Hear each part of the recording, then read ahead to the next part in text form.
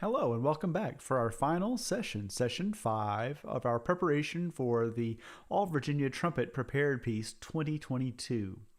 In this session, we'll be talking about articulations, dynamics, and musicality, wrapping everything up. So, looking at the piece, which articulations exist in the piece? We have tenutos, we have one single accent, and we have a variety of slurs. So first of all, we have to create our operational definition of each of those articulations. How are we going to treat each of those?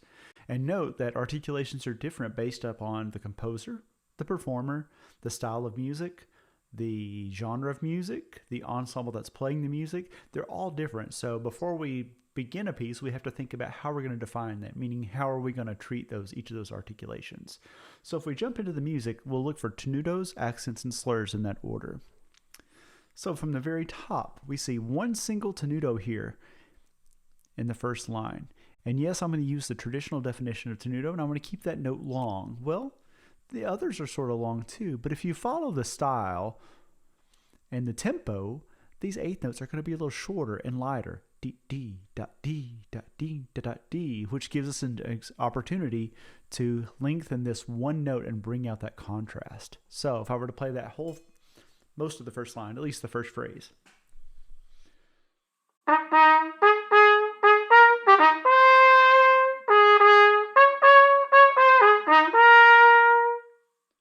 Notice how that note got some length? Yeah. We move on to the second line. I'm going to change my definition a little bit when we get to these tenutos. So the way I operate, these tenutos are going to get a little weight. It's kind of like having an accent without the emphasis on the beginning of the note. Instead of a ta, it's still a da, but that note might get a little more volume. And in this first case, it gives us a great springboard to increase the airflow from da, dee, as we're jumping up that minor seventh from D up to C. So give this note a little emphasis, emphasize the downbeat, and the same here. Downbeat, da, downbeat, da, downbeat, da. And then we have our one accent of the piece to bring out and to emphasize. So we move forward looking at articulations, not looking at slurs just yet. I'm probably going to treat this one as being long. I'll treat this one as long and the accent because we're slowing down a little bit, so it's going to be longer anyway. This one will get a little extra oomph, a little accent to it without the harsh start of the note. And as we move through measure 20, those notes are going to be long as we are retarding and in preparation for the odd tempo. Again, just like the beginning here, tenuto gets full value all the way through. Emphasis and full value. Emphasis, I missed a little marking there. Full value, and then all the way to the end. So that's all of our articulations other than slurs. So with the slurs, let's talk about those for a moment. If you look at the bottom of the screen here, we have slur 2, tongue 1, and I've marked those in your piece in gray boxes. And then slur 1, tongue 2, and those are marked in orange boxes. So let's take a look back at the beginning of the piece again. The very first one we have is slur 2, tongue 1. It's important we follow that articulation. And that follows through in the next section, measure 6. Slur 2, tongue 1, slur 2, tongue 1, slur all three, and then we change gears here. We have an orange box, so we have ta, ti, ya, da, da, da, ti, ya, ta, ta, ti, ya, ta, ti, ya, ta, ti, ya, ta, ta, ta, ti, ya, ta, ta. So it's important we follow those articulations to play the music exactly as the composer intended it to be on the page. Again, some of these are fairly easy here. Dee da da da da, dee da dee ya ta ta. That's highlighted in gray. Slur 2, tongue 1. Slur 2, tongue 1, slur 1, tongue 2, juxtaposed back to back there. So keep an eye out for those. It's important to make sure your air is flowing correctly so we can get this full arpeggio up to the B flat without tonguing that B flat. And then just follow through, differentiate between those orange boxes and the gray boxes. And that will help you a whole lot as you continue to practice. Remember, start slow and then move to fast. But those are marked quite well there. And I do have a link to this file. I know it's overmarked. It may be a little extra colorful, too much for some of you, but for learning, it's a great resource, and that will be available via Google Drive download, and that's linked in the comments of this video. So make sure you take advantage of that. Let's move to the next slide and see what else we should talk about. So those were articulations. Dynamics. I divide those into purposeful dynamic markings and musical dynamic markings. And notice they're all marked in green on my colorful score. So purposeful dynamic markings, I interpret those as dynamics that are going to help us to achieve certain goals. And then musical dynamic markings, I think all dynamic markings are musical inherently, right? But some of them have an extra purpose. So let's take a look back at the piece of music. Dynamics, we start mezzo forte with a little decrescendo. Just fade away a bit and that's fine. Mezzo piano crescendo, and as we crescendo into measure 6, my mouse has stopped working. As we crescendo into measure 6 here, that crescendo is going to help us to move into that upper register. Crescendo, we increase our airflow, we can increase the volume, and that makes those slurs much easier if we can play with full volume. Decrescendo a little bit as we go, right? It's important in B that we start out piano, sort of a contrast, D, da, da, da, da, D, da, D, and build over the course of 2 measures. Again, a purposeful crescendo, G, D, A flat. That crescendo is going to help us get up into that upper register nice and smoothly. We decrescendo down to a mezzo piano in measure 15 as we finish that section, and we pick up into the 6/8 with another crescendo. We're building and we're coming back, building and coming back. So make sure you follow that ebb and flow of the music. Again, purposeful crescendo. Thank you for writing this in instead of a decrescendo. How much more difficult would that be? So we can follow through with the air crescendo as you move up the arpeggio to the top B flat, and then decrescendo as you come back down. And we move into the A section and we push to the end. It's very similar to the first with another purposeful crescendo in measure 25 going to 26. Lead with the air, let it help you achieve the upper register. And then for the very end, a nice retard, and again, purposeful crescendos in the last 3 measures. Mezzo piano to mezzo forte to, it doesn't say, but probably forte for the last note. So those are really handy, and they're written quite well to help us to achieve our goals.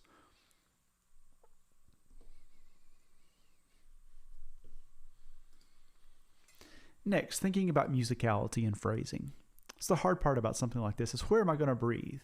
Well, I challenge you to sing the melody and feel what sounds logical to you. Where does it sound good? Where does the sentence have a comma, and where does the sentence have a period? I have my ideas, and I'll present those in a recording at the end here, but I don't necessarily want you to play it exactly like me. You might have a better idea, a different idea, and maybe you have better breath support than me, and you can make it for longer phrases. You think the sentence should be longer, or maybe not quite so much, and you like to chop those up, and so you have more airflow to go into the upper register. So I'm not going to dictate what that needs to be, but I think you just need to sing through and feel what seems logical to you.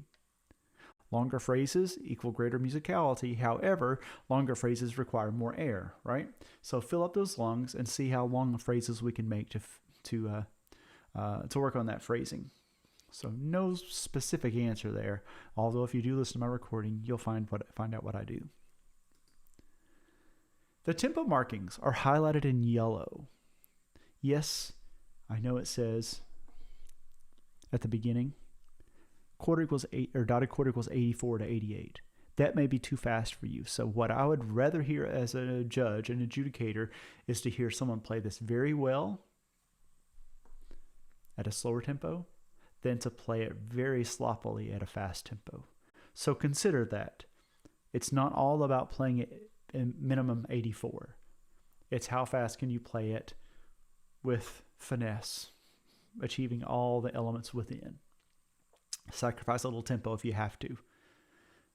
Music always comes first, not the numbers, right?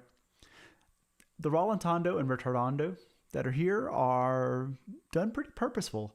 They fit quite well with the phrasing and the shaping as we move from one section to the next. So again, that's all. It all comes back to interpretation. The word I have at the bottom here. So follow your interpretation, what you feel it should be like, and it may be totally different than mine. It may be different from your instructor.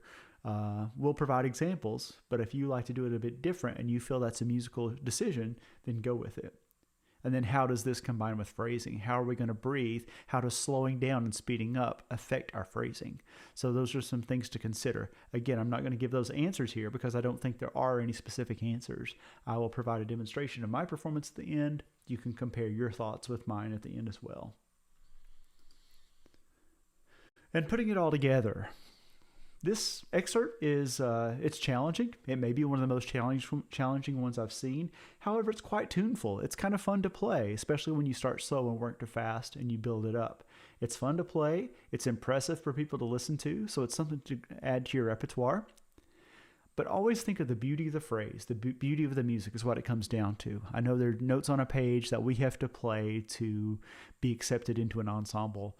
But see if we can get past that to just make beautiful music out of it. And if you can do that, then you'll make the ensemble. Also emphasize any type of contrast with articulations, with dynamics, anything that you can do to provide contrast within the piece. Yes, you're probably score higher, but ultimately it just makes the piece more musical, and that's our goal.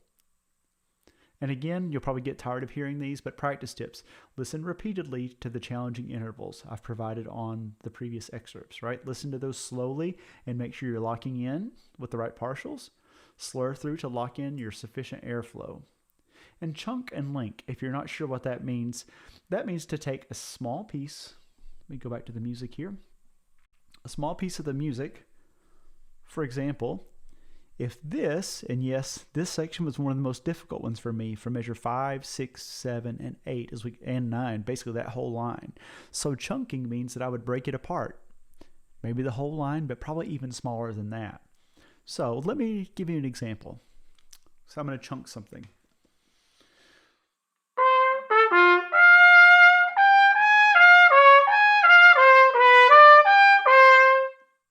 So I'm going to try to slur through those. I'm going to try to be accurate. I'm going to try to do it 3 times in a row and see if I can get perfection.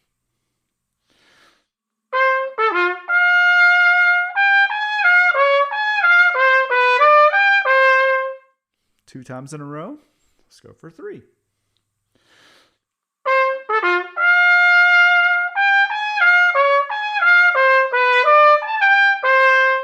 Almost. If I was doing this for real, I'd go back and start over. My goal is to get this 3 times in a row correct. So that means that I have more of a chance of getting it right than getting it wrong. So that is chunking. And I would chunk the next section, maybe the next couple measures.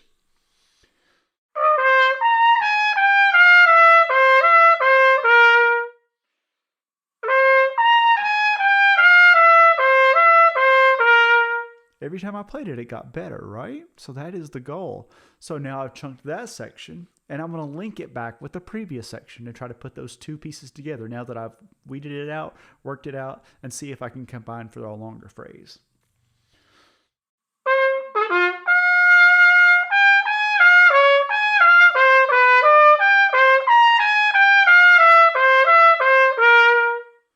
So I linked them together. Then I would definitely play that a couple more times to see if I have that 3 times perfectly. And then link things together. So that's the goal, to practice little bits, what gives you a fit, work it out, and put it back together, put it back in context with the rest of the piece. That's the way to practice intelligently and to make efficient progress during your practice time. And as always, practice slow to fast. That was our secret last time, right? So thank you for being on this journey with me and talking through this piece, learning the piece slow to fast, taking it and dissecting it, putting it back together. Ultimately, at the end of this video, I'll do a performance of this closer to 84, 88, somewhere in that area, to give you an idea of a goal to go for. But go back to video 1, which I provided a very slow playthrough, and see if you can achieve that first before you can move on to the full tempo. So again, thanks for being on this journey with me. If you have any questions, if I can help you in any way in your performance, in your practice preparation for this, feel free to reach out to me. You have my email address. It's all over these slides, dws4w@uvawise.edu. I'd love to hear what you think of the videos and see how else I might be able to help you. Have a great day and good luck on that audition. I can't wait to see the results.